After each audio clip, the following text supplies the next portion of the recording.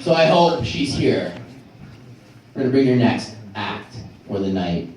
One of the best, most funniest, most naughtiest lady you have ever seen. I don't know if she's here because I got my sunglasses on and the lights are bright. Give it up, everybody, for Naughty Nana! Thanks so much. How's everybody doing tonight? I'm so excited to be here. It's so awesome. All you young fellas out there, there's none of those people out there with the grey hair. So some of the stuff I say, you're going to either hear from your grandma or from your mama. One of the two. I was at the PetSmart the other day, and I seen a man standing outside, because I love puppies. I just love puppies. I could just cuddle them all day. Well, there was a man outside, and he had one of those long-haired dachshunds. It was about this big, and it was beautiful. It was black, and it was orange, it was white, it was so pretty. So I just kind of walked up, and I said, "Hey, mister, that's a lovely wiener." I said, "Can I pet it?" And he just kind of grabbed his dog and he climbed it to his side and he just gave me a dirty look and ran inside the store. I almost went in after him to explain, but it just wasn't the right time, I'm pretty sure. I just don't like how people behave in public. That was bad on me for behaving that way, right? Maybe I shouldn't have done that. Well, I went over to the Home Depot, and I needed something. I needed the cup hooks, you know. Do you know how hard they are to find? You can't find them anymore. Nobody has them. So I was going to go looking around, and there was nobody at the desk at the front when you go in, because there's always somebody there you can ask a question to, right? So I see a fella a little ways up the way, and he's got his orange apron on, so I figured that's the boy I'm going to talk to. Well, I started walking up to him, and I got about maybe from here to Kevin away, because I can see Kevin back there. And he just kind of looked off in the distance, and he took his finger, and he shoved it in his fucking ear. And he dug, and he dug, and he dug, and he was reefing on it and reefing on it. And then he takes his finger, and he looks at it, and he inspects it, and this is what he did. I almost threw up, right there. I almost threw up. So I thought, well, that's one hand. And just as I was going to find somebody else, didn't he take the other finger and the other there and start cranking on that? And I thought, if he masturbates as hard as on his little weenie there, as fast as he's doing that on his ears, he's going to rip the fucking thing off. He won't have toys for the rest of his life if he does that. It's just a reefing and reef. Can you imagine? Jesus Christ. That's a hard go, that. Can you imagine a boy without his wiener? What would he do? He'd be so lonely, especially if he doesn't have a girl. He'd be lonely without his wiener, I'm pretty sure.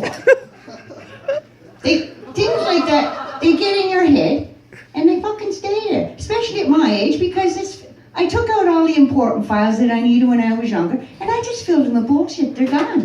Don't ask me to fucking cut and paste. That file's been deleted long ago. I went to one computer course, I learned how to do it, I got 85%, course was done, fucking deleted the file. Don't need it anymore.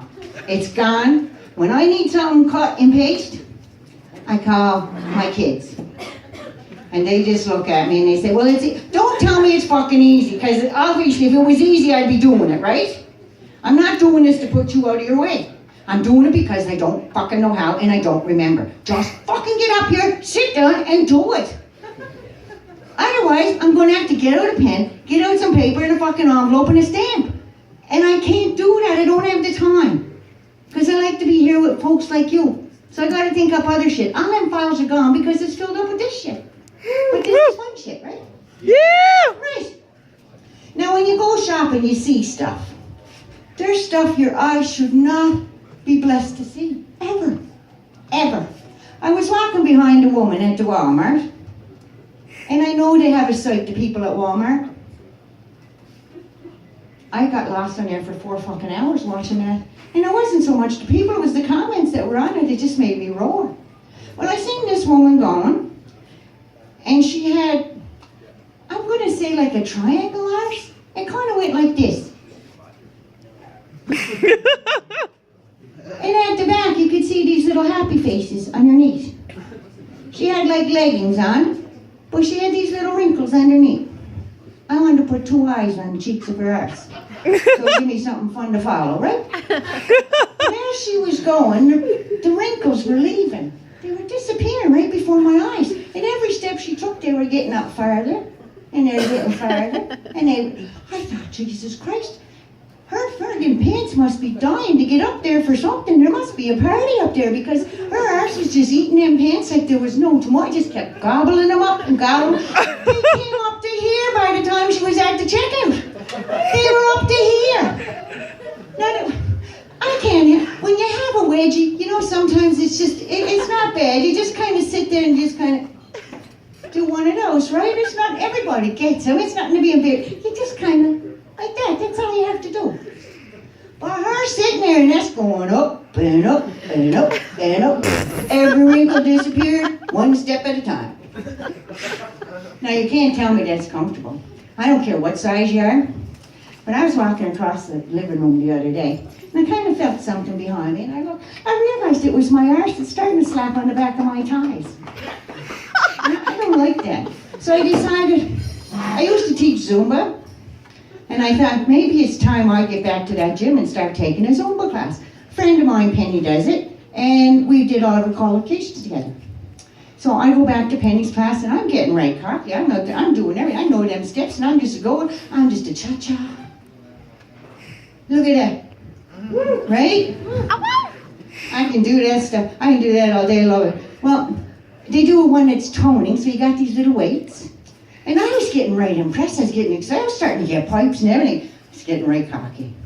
I was getting cocky. And I just thought, you know, with all this stuff going on, I think I'm going to go over the other side. I'm going to go over there and get me a trainer. Work with them weights and stuff like that. Because the young fella they have over there, Jesus Christ, makes my blood pressure rise. Whew. I get winded just thinking about him. He's so handsome. He's so handsome. So he took me on as a client. So I showed up in my gear, and we're ready to go. We filled out the questionnaire. He wanted a next of kin report. God, you saucy little bastard. So anyway, we get going. And we're doing all our stuff. And he just couldn't stop looking at his eyes. He had gorgeous eyes. And it was like, oh, Jesus, this is just firing me up. I can do this. Well, we got it done the cardio. And he said, okay, now we're going to get down on the mat. We're going to do some other stuff now. I thought, okay, let's do that. Took me like 10 fucking minutes to get down on that mat on my back. It's a good job my bed's up here so I can just hook my arse on the edge and fall, right? So I get there. And now he tells me, he said, we're going to do crunches. I said, all right, I know how to do those. I'm retired military. I've done a crunch or two in my life. So I get there and I bend my knees and put my little hands up here like this. And he said, oh, no, don't do that. He said, Jack, there's little balls on the side. If you feel back here, there's like little lumps right there, right? Little balls. You just put your hands there. And he said, now you pick a spot on the ceiling. That's a good one right there, look. So you pick a spot and you come up and you look at that spot. And as soon as you see it, then you go down. You come up and you go down. Well, I was doing it, and I was doing it, and I was doing it again. Oh, Jesus, I just looked at him. I said, you know what? I said, I think I'm going to puke. I said, my guts are sore. I'm going to puke. I know it. And he goes, well, that's okay. He said, there's a bucket right there. He said, go ahead and puke. He said, well, you still owe me 20. I thought, you little bastard. That's where the love affair ended right there. He could take his looks and shove them right up his arse as far as I was concerned, because I was over his looks by then. So I said, all right. I was trying to get, they said they're endorphins, right? And they say that they make you happy, right? Endorphins make you happy. So he says, okay, get the endorphins going. I said, all right, happy people don't want to kill people, right? So I get up there and I'm doing them some more. And I just looked and I said, look, boy. I said, I'm 62 years old. I said, I can't do this anymore. I'm wore out. So he looks at me with that sarcastic little fucking face of his, because he's not handsome anymore. I want to kill him. He's just looking at me and he goes, well, I don't know what it's like to be inside of a 62-year-old woman's body. And I just looked him square in them fucking eyes and I said, with that goddamn attitude, you're not going to find out anytime soon either, are you? You little bastard. I'd tell you to go home and tell your mother you raised a good kid, but I don't think she did. He said, who got to be kinder to old ladies? So with that, I'm going to leave you all here. Have a good night. Give it up for all the comics that are here before me and after me. Woo! Nana! How's that? Woo! Awesome stuff. Here comes Mr. Ryan. Come to Nana. Naughty Nana, everybody. Naughty Nana. Yeah. We're gonna keep the show